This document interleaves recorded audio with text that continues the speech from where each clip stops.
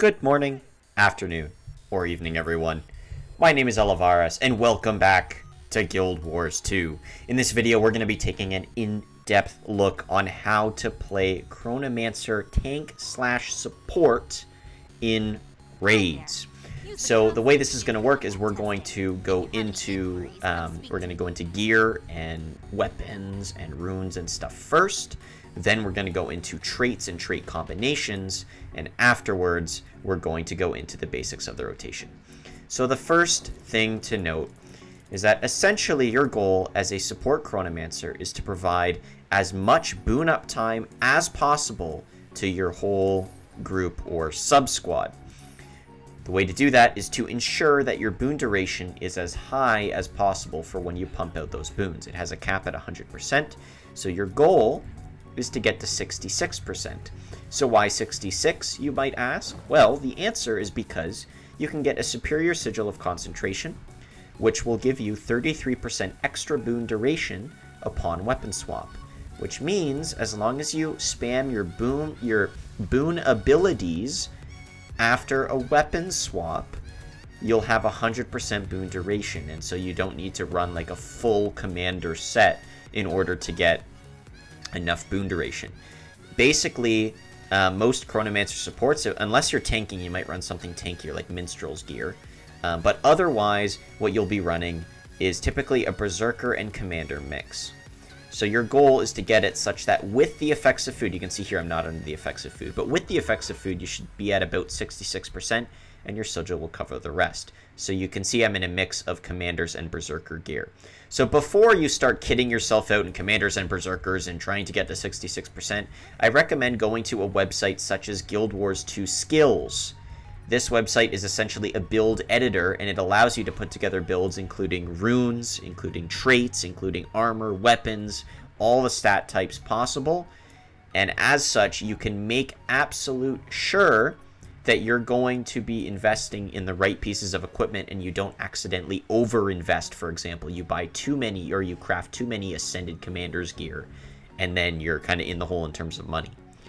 So one thing to note is that if you're going for Commander's gear, you should go for Ascended because the Berserker or the exotic recipes are super expensive. So if you're going for Commander, it's better to go Ascended because it's going to be a butt ton of work to get the exotic anyways. If you're going Berserker, you can stay with exotic. It really doesn't matter that much. You're just doing a little bit of extra DPS. In terms of weapons, you're always going to want a main hand sword.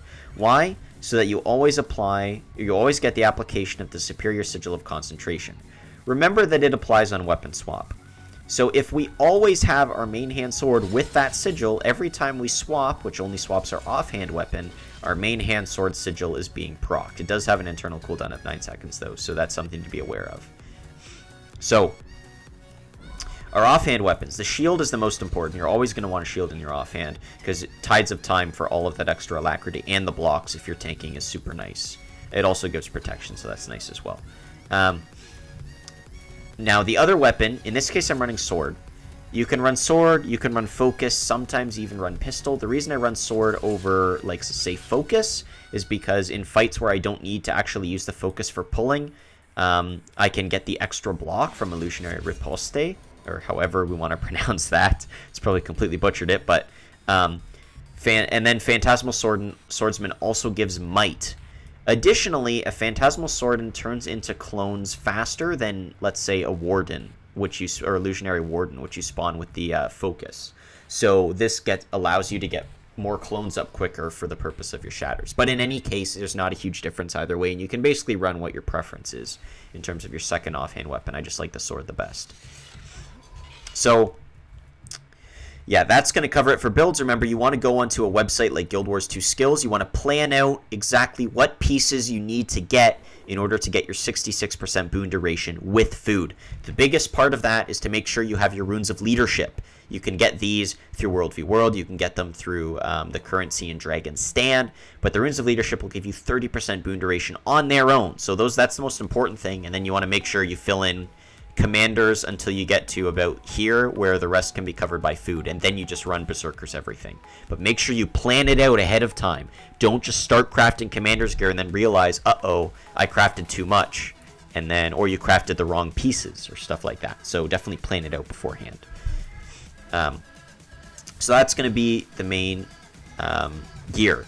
Okay, so I'm just adding this in as I edit the video here. I did forget to mention gear-specific armor sets related to tanking.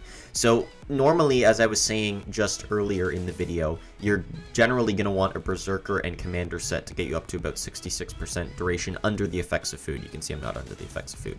However, if you're tasked with tanking a boss that hits really hard, like Soulless Horror is a good one, or Veil Guardian is another decent good one, then 1500 toughness, which comes from the Commander Berserker mix, does not do you very well, and you're actually quite squishy.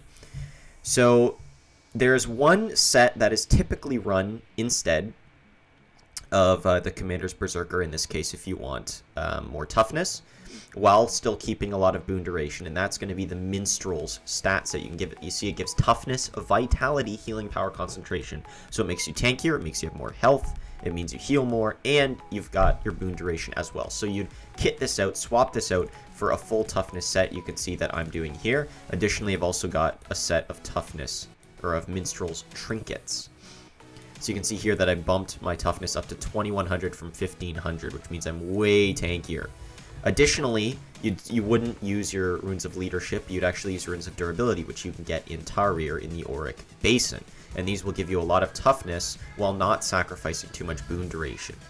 So it gives you plus 20% instead of the Leadership's plus 30%, but for the amount of toughness and such, it gives you, it's worth it. So if you can't afford Minstrels, because Minstrels is something you have to craft, you cannot buy it off the TP. If you can't afford Minstrels, a good alternative is the Giver's stat set. So if I don't go into guilds and actually type, you can see here we've got the Giver's stat set, which gives toughness, healing power, and concentration. So no vitality like the Minstrel set, but it does give toughness and concentration and healing power, which are all important stats. The toughness is obviously the biggest one there. So if you can't afford Minstrels, Giver's is a good alternative that you can kit out until you can get your full Minstrel set. But yeah, that's going to about wrap it up for this addendum here. So I hope you enjoy the rest of the video. Now let's hop right into traits. So there's always two trait lines that are going to be run. All right, the first one is going to be the Chronomancer line. So there's three possible ones we could take here. Delayed reactions. So interrupting a foe slows them. Or activating a shatter gives your illusion super speed. Shatters deal increased damage. Or all's well that ends well for Wells heal allies. You can see here, we're almost never going to be interrupting anything in a raid because they all have break bars. Activating, we don't need damage increase. We're a support class, so this doesn't matter. So therefore, we're going to take all's well that ends well, and that gives us some much needed survivability and healing for both us and our allies. The next one, more damage here. We get shatter skills, generate a clone if you have enough clones present. You almost never have 3 clones up, so this is useless too. And so improved alacrity. You get an alacrity is normally a 25% base increase of recharge speed for anyone who's applied to it. However, if you use this, you get a 50% increase to recharge speed rather than 25%. The duration decreases by 1/3, but that's a positive trait anyway, so this is the one you want to take. In terms of Grandmaster, you could say gain a charge each time you score a critical hit. After enough charges, your next hit will slow your target and deal bonus damage. We're not a damage class again, so it doesn't matter. We don't want that. Chronophantasma. The first time a Phantasm would become a clone, it resummons itself. This would be great if we were running the DPS build for Chronomancer, but we're not. So what we're going to do is seize the moment. So quickness for every clone we shatter. This is super important. This means just these 4 shatters will give us 10 seconds of quickness, which is huge. Like, that's crazy big. Additionally, our miners give us access to Continuum Split, and they also give us access to Alacrity per clone being shattered. And the 25% moving faster is really nice. The second line that you always take is Inspiration. All right, the first one here, we don't need a dome when we revive allies. There's not much that we're going to benefit from in terms of that dome. There's very few fights where that projectile reflection is actually necessary. Mantras, we're not running any mantras. Who cares? So now we take Sympathetic Visage. So Phantasms take your conditions when they're first summoned. That's really nice. So they transfer our conditions off of us. So here, Focus Weapon Skills reflect projectiles. Also not really needed that much. You almost never need the projectile reflection from your focus. So who cares about that, especially if you're not even running focus. Phantasm spawn with Aegis. Also doesn't matter. We don't care if our Phantasms are up for a long time, because you'll see why in a second. But Restorative Illusions, then. We heal ourselves and lose conditions when we take a Shatter skill. It's basically a no-brainer. This is an amazing trait. We definitely want this one. Last one. This is one of the most important traits or the most important trait in this line. Illusionary Inspiration. Summoning a Phantasm casts Lesser Signet of Inspiration and grants might to nearby allies. So, Signet of Inspiration is the most important ability in this whole build. And you can see it here on my hotbar. Signet of Inspiration. What it does is it applies one instance of every boon on you to nearby allies and on yourself. So it's kind of sketchy in the way it's actually put out in text there, but basically why they say one instance is it means it won't apply 25 stacks of might. It means it'll apply one stack of might, but so one instance of that boon. But all of these other boons don't stack, so it doesn't matter anyways. So you're just going to be applying all these boons to your friends that are near you. So this means that when we summon a Phantasm, we cast Lesser Signet of Inspiration, and we apply one instance of every boon to nearby allies, which is amazing. So we want to take that. The other two doesn't even matter in comparison to how great this one is.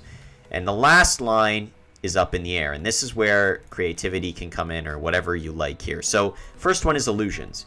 So the only reason you would run this trait line is if you're just starting to learn Chrono and your group, for whatever, your group of friends says, all right, come in Chrono for us, even though you haven't really learned it much.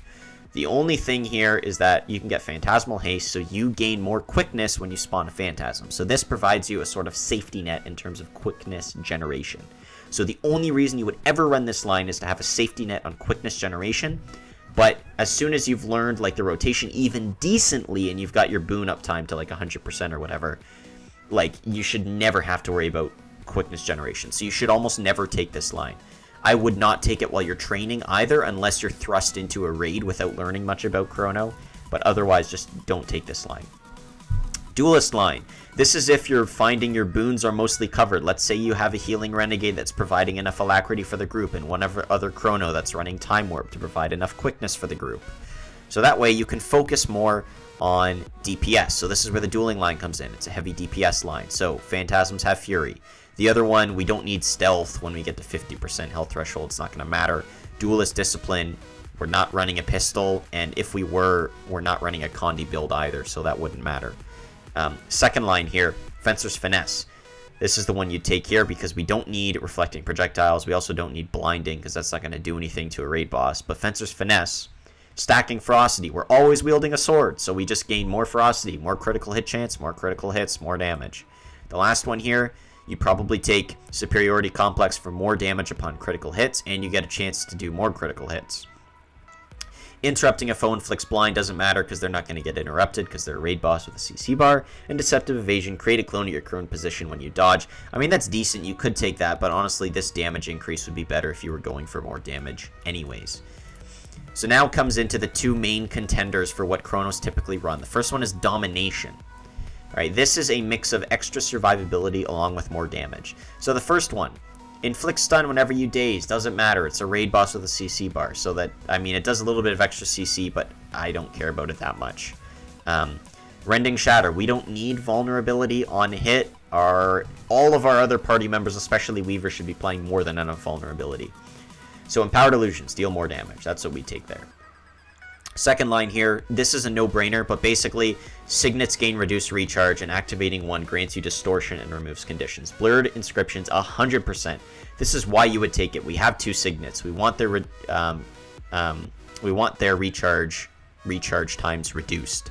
We want them to give us distortion, so this is great in high-pressure fights, such as Soulless Horror, where you could do with the extra distortion and evasion. Additionally, it removes conditions, so that's great too. So always take Blurred Inscriptions. The other two don't even compare in terms of usefulness. And the last one, we're not using a greatsword, so this one doesn't matter. Here, we're not interrupting anyways, and we're not a DPS build, so that's not going to matter either. So Mental Anguish, we just do more damage because it's better than the other two. Now, the one that I personally always run, unless there are boon corrupts, is the Chaos line. Reason why? First line, you know, not super important, but we can take Lesser Chaos Storm. So we basically spawn a Chaos Storm whenever we use a heal skill. Or take falling damage, but you don't take falling damage that often in raids. Second one, what we'll probably do is Chaos Armor grants protection. Staff and Trident skills gain reduced recharge. Because the other ones here, when disabled, mirror the effect back to its source. Doesn't really matter because most bosses won't have a CC bar up when you're getting disabled. Chaotic Transference, we are not a condition build. That doesn't matter. Back to the first line. Illusionary Defense is kind of nice, so you could theoretically take that. Manipulations gain reduced recharge. We're not using any manipulations, so that doesn't matter.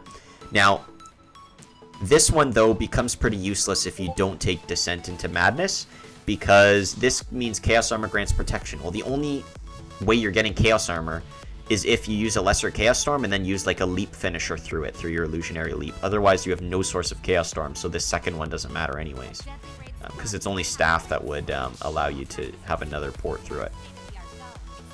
The last one, though, this is the most important. Bountiful Disillusionment. You gain stability when you use a Shatter skill. This is why I never run this in Soulless Horror or other fights with corrupt boons, because stability gets corrupted into fear. So if you're in a corrupt boon encounter, like an encounter with a ton of boons to be corrupted, don't run this line. But otherwise, I always run this line without fail, because it just gives so many boons. You get to apply Vigor for 13 seconds, Fury for 16 1/4, Regen for 16 1/4, Resistance, Stability, Might. It's amazing. So Bountiful Disillusionment is wonderful, and I almost always run Chaos line unless I'm in a boon or a corrupt boon heavy fight. So that's going to cover it for the traits, and this is generally what you'll see me running. So now we're going to go into the rotation. So let's just spawn our Golem here. The crux of the Chronomancer rotation is going to be around getting both your wells out, weapon swapping, inspiration, shield 5. So the reason you pop both your wells before you weapon swap is because you get the boons from your wells once they finish, not when you cast them. Which means if you weapon swap before they finish casting, when your wells actually finish, you'll get the application of your Superior Sigil of Concentration for the 33% extra boon duration. So you definitely want to wait. Well, you don't want to cast them after you weapon swap, because then the 7 seconds might run out before they actually finish. So generally, the crux of your rotation is that there's not really a formal rotation, there's more of a form of priority, but what you want always is you want to have both wells, you want to drop both your wells, swap weapons, inspiration, shield 5. That's the biggest part of your rotation. That is the most important thing to get right, is both your wells down, inspiration, shield 5. All right, when you're on shield now, you basically just wait. As soon as your swap weapons comes off cooldown, you swap and pop sword 5, and that copies all your boons again through that lesser signet of inspiration. And then when you're here, you're basically, when you're in sword, you're just waiting for all your wells to come off cooldown and such. And then you go back, you do both your wells, you swap weapons, inspiration, shield 5, just like this if my game would stop lagging. Swap weapons, inspiration, shield 5. And then when you're here, again, you just wait for your ability to cut your weapon swap to come off cooldown. And then you swap weapons, and then sword 5. So that's the crux of your rotation. So now how do we actually start getting this really crazy boon duration? So you can see we already have a decent amount of quickness and alacrity. But let's go over the opener. All right, the opener is going to be the most important thing here. So let's just pop our clone here. So we're going to start without doing much shattering, except for our continuum split, obviously. Because you can generally integrate shattering into your rotation later. But what you're going to want to do is you're going to want to start off with one clone. The reason we start off with this one clone is because when we continuum split, our goal is going to be to get both our wells into the continuum split. Right? So that then we can cast them again. If we don't have any clones when we continuum split, we're not going to have enough time to fit our wells in, as every clone we have up when we continuum split provides us with an extra 1.5 seconds of duration. So what we're going to do now is we spawn our one clone, then we spawn our Phantasmal Swordsman. After that, we cast Inspiration, and as Inspiration is about to finish, you'll see the bar charging up, we cast Continuum Split. Drop both our wells out of Continuum Split, both wells again, swap weapons, Inspiration, shield 5. So basically what you're just doing is you're casting 4 wells, then swapping weapons, Inspiration, shield 5, instead of just your 2 wells, Inspiration, shield 5. As soon as weapon swap comes off cooldown, we go back, then we use sword 5, and we refresh all the boons. You can see we've already got 20 seconds of alacrity, 15 seconds of quickness, so we're very good here. And now we're just going to sit here. We're going to wait for our wells to come up. We're going to drop both wells, swap weapons, inspiration, shield 5. Alright, so now we're here. And now, remember, we're just waiting for our weapon swap. We weapon swap, we go back to sword. And there we go, we get our boons again. So you can see we're keeping relatively high uptime. So now how can we push this even higher? Because that's the crux of your rotation. You basically just keep doing that until Continuum Split's ready. So we'll just go until Continuum Split's ready here. So then we'll swap weapons, Inspiration, and then Shield 5 as it comes off cooldown. So now we're here. Again, we're waiting for our sword to come off cooldown and to stop lagging, and then we sword. And now we're here. Now we're waiting for our Well of Recall and our Signet of Inspiration, so we can basically repeat our opener. But now we have 3 clones up, so we could cast an Elite in as well, whereas generally our opener we wouldn't be casting an Elite. So in this case, what we're going to do is we're going to Inspiration. As we're Inspirationing, we're dropping all our Wells, and we're lagging out, and then we drop our Wells again, swap weapons, Inspiration, Shield 5. So you can see it's basically our opener, except you could use your Elite in that time. So that's the crux of the rotation. Now how can we push it up higher? This is something I started doing after I was really used to the basics of that rotation and getting it down in a fight. But now you can start integrating your shatters once you have that down. Your goal, well, we can just start off from the opening here, and I'll show you when you want to use your shatters. So I have it where these 4 keys right here are all bound to buttons on my mouse.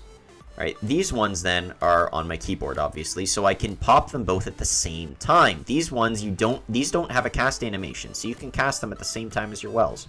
So the goal here is I pop my opener, Inspiration into Continuum Split. While I'm dropping both my Wells, I'm popping all my shatters. Alright, I come out. While I'm dropping both my Wells, I'm popping all my shatters. Then when I stop lagging, swap weapons, Inspiration, Shield 5. So basically, your goal is to pop all of your shatters before an inspiration.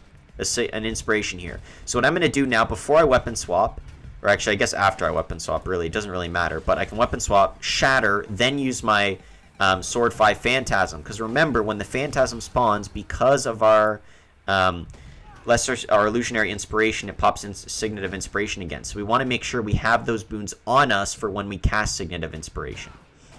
That's very important. So now while we're dropping Wells, we're popping all of our shatters, swapping weapons, Inspiration, Shield 5. So that's basically how you want to integrate your shatters into the build. So you may be wondering about Distortion. Well, Distortion is really useful. Do we always want to use it just for the sake of more quickness and stuff? The answer is it depends. If you're in a high-pressure fight like Soulless Horror and you could really use that Distortion, then don't. Just save it. If you're in a fight where you need a lot of CC, then save your Diversion. So if you're in Sloth and you need to be able to jump up and down to block his projectile, save Distortion. If you're in Samurag, you need the CC, save your Diversion. But otherwise, you want to just blow them whenever possible. And you can get a ton of boons. So that's basically the crux of how the rotation works. That's how you integrate your shatters into your rotation. The last thing I'm going to talk about is the Elite. So the Elite, generally, if you're in a fight that has CC bars with a ton of points, so it takes a lot of CC to break them, you'll run Humility. You will then only use Continuum Split when the CC bar comes up for the Signet of Humility. Because Signet of Humility's got a long cooldown. It's got 180 seconds compared to 105 on Continuum Split. So you always just want to save Continuum Split for Humility. If there's a lot of small CC bars, then you can use Gravity Well instead. Because it gives small CC, it's got a low cooldown, and it's got healing for you as well. Otherwise, if there's no CC whatsoever, just bring Time Warp for extra quickness. And it does it for all 10 people instead of just 5, which are what your Wells are for. So that's going to be the talk on Elites. And now, as we wrap up here, let's just try, if we're not lagging out, to show an example of how high we can get our boons. Alright, so let's do our number 3, our number 5. What we're going to do now is Inspiration, and we're going to be blowing all our shatters, all our Wells. Then we come out, all our shatters, all our Wells, swap weapons, Inspiration, Shield 5. And you can see there, we've already got 31 seconds of Alacrity, 22 seconds of Quickness. And generally, if I do that perfectly without any ping, like I'm having now, we'll get up to like 35 seconds of Alacrity and 30 seconds of Quickness. You can see just how high you can pump it. And remember, now we're just going to wait here. We're going to save our shatters for when we're about to weapon swap. As we're casting our Wells, we're going to blow all our shatters. We're going to swap Inspiration, Shield 5. The only reason I'm not shattering after I swap is because the Inspiration is 3/4 of a second, which is crazy fast, which means that if I weapon swap, it's likely I'll have to stall to get all my shatters in before I Inspiration. Otherwise, I'm not going to get all my shatters in. So now we're going to shatter again, and then we're going to swap. We're going to use our 5 there for that lesser Signet of Inspiration. So yeah, that's going to wrap it up for our Chronomancer, or for how to play Chronomancer in raids. This is generally a this is very heavily focused on builds, rotation, etc., and not in terms of specific encounters, but I might do that afterwards. So yeah, that's going to wrap it up for this guide. I really hope you guys enjoyed. I hope you guys learned something, and that now you'll be able to play Chronos in raids as well. Feel free to contact me at Elivaras #3544 on Discord, and you can also reach out to me in the comment section as well. So I'd like to thank you all for watching. Have a great rest of your day. Cheers, guys.